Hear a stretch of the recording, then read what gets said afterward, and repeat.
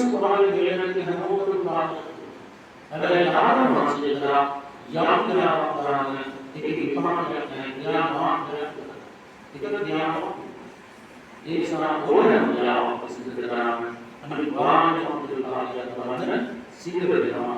ඒ නිසා ඕකට සම්බන්ධව මේ කර්ම මාර්ගයේදීලා අපේ ජීවිතේ කෙසේ හෝ ආශා කරගන්න කෙසේ හෝ මේ ගමන මම බලයේ දෙකකට යන්න අපි ස්වාමීන් වහන්සේ අපේ සදාන් කතාවේ නාම විශ්වාසයට රැඳෙනවා. කාර්යයේ පිළිබඳව අපි සිහිගුසිතට පහදාගෙන ඉන්නවා. ඒ කාර්යයේ දෙකේ ගන්නුව ධර්ම ආරක්ෂාව ආධුනිකව අවශ්‍ය කරනවා විවිධ ගාමවල ඒ වගේ itu banyak dari kata-kata teman-teman dan usahawan kata buat misalnya diri diri kalau mana saya mau cakap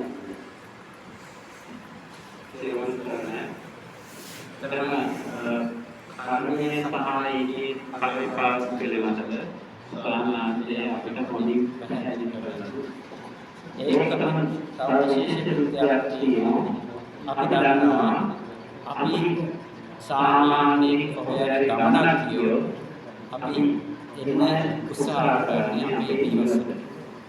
ඉතින් නිවස තමයි අපි වාසය කරන්න කැමතිම ප්‍රියතම ස්ථාන. කොහේ ගියත් මොන ගමනක් ගියත් අපි කැමති නිවස. ඉතින් බුදුරජාණන් වහන්සේ ඒ වගේ ලස්සන උපමාවකින් පැහැදිලි කරනවා මේ සංසාර ගමනේදී මානසිකය අපි සංසාරයේ තුළ වැඩිපුරම අපි කරලා තියෙන්නේ අකුසල කාර්ය සහ ඒවලදී ඉතින් ඒ නිසා අපි කුසලයකට නමුත් වඩා අපි බොහෝ විට අපි හිත නැඹුරු වෙන්නේ අකුසල සේවල් කරා. අපි උත්සාහ කරන උත්සාහ කරලා ඒ උත්සාහ කරන හැම අවස්ථාවකදී අපිට යම් බාධා එනවා.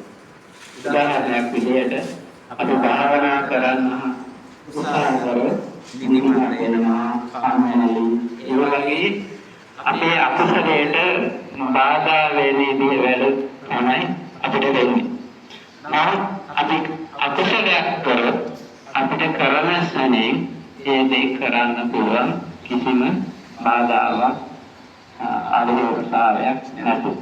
ඉතින් ඒ වගේ අපි මේ සංසාරයේ පුරාවට අපි කරපු අකුසල නිසා අපිට ගොඩක් වෙලාවට අපි අකුසල වලටම නැඹුරු වෙලා තමයි අපි ජීවත් වෙන්නේ.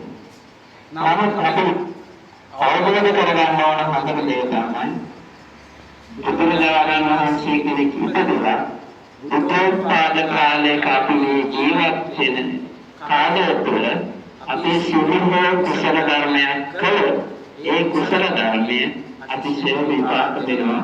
ඒ වගේම නිර්වාණය සඳහා හේතු වෙනවා.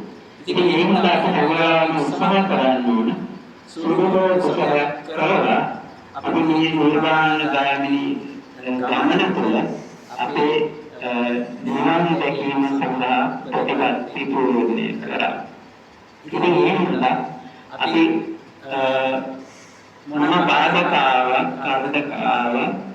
අපි බෞද්ධ විදිහට කටයුතු කරනකොට ප්‍රධාන වශයෙන් අපි දැනගන්න ඕනේ තමයි අර මේ බුද්ධෝත්පාද කාලය තුළ අපි හැම වෙලාවෙම කුසල අරමුණක හිත පවත්වාගෙන කුසල දහම් වල යෙදෙන්න.